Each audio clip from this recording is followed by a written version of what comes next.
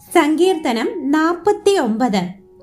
സംഗീത പ്രമാണിക്ക് Korah പുത്രന്മാരുടെ ഒരു സങ്കീർത്തനം.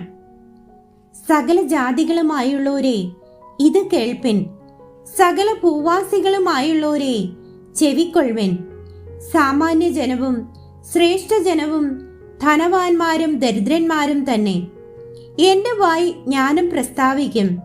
എന്റെ ഹൃദയത്തിലെ ധ്യാനം വിവേകം തന്നെ ആയിരിക്കും. ഞാൻ സദൃശ്യവാക്യത്തിന് എന്റെ ചെവി ചായ്ക്കും. കിന്നരനാദത്തോടെ എന്റെ കടങ്കഥ കേൾപ്പിക്കും. അകൃത്യം എന്റെ കുതികാലിനെ പിന്തുടർന്ന് എന്നെ വളയുന്ന ദുഷ്കാലത്ത് ഞാൻ ഭയപ്പെടുന്നത് എന്തിന്? അവർ തങ്ങളുടെ സമ്പത്തിൽ ആശ്രയിക്കുകയും ധനസമൃദ്ധിയിൽ പ്രശംസിക്കുകയും ചെയ്യുന്നു. സഹോദരൻ ശവക്കുഴി കാണാതെ എന്നേക്കും ജീവിച്ചിരിക്കേണ്ടതിന് അവനെ വീണ്ടെടുപ്പാനോ ദൈവത്തിന് വീണ്ടെടുപ്പ് വില കൊടുപ്പാനോ ആർക്കും കഴിയുകയില്ല.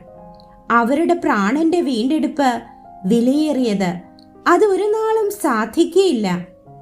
ജ്ഞാനികൾ മരിക്കുകയും മൂഢനും മൃഗപ്രായനും ഒരുപോലെ നശിക്കുകയും തങ്ങളുടെ സമ്പാദ്യം മറ്റുള്ളവർക്ക് വിട്ടേച്ചു പോകുകയും ചെയ്യുന്നത് കാണുന്നുവല്ലോ.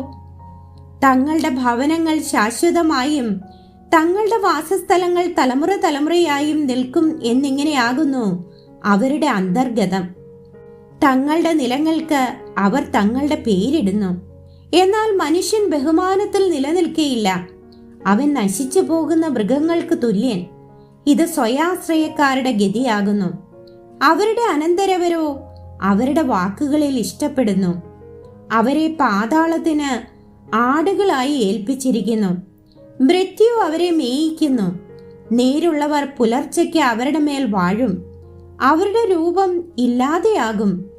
പാതാളം അവരുടെ പാർപ്പിടം. എങ്കിലും എന്റെ പ്രാണനെ ദൈവം പാതാളത്തിന്റെ അധികാരത്തിൽ നിന്ന് വീണ്ടെടുക്കും. അവൻ എന്നെ കൈക്കൊള്ളും.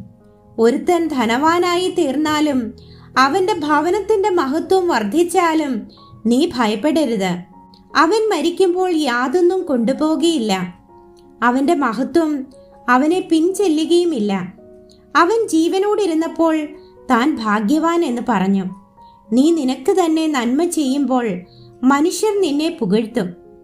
അവൻ തന്റെ പിതാക്കന്മാരുടെ തലമുറയോട് ചെന്നു ചേരും. അവർ ഒരു നാളും വെളിച്ചം കാണുകയില്ല. മാനത്തോടിരിക്കുന്ന മനുഷ്യൻ വിവേകഹീനനായാൽ നശിച്ചു പോകുന്ന മൃഗങ്ങൾക്ക് തുല്യനത്രേ.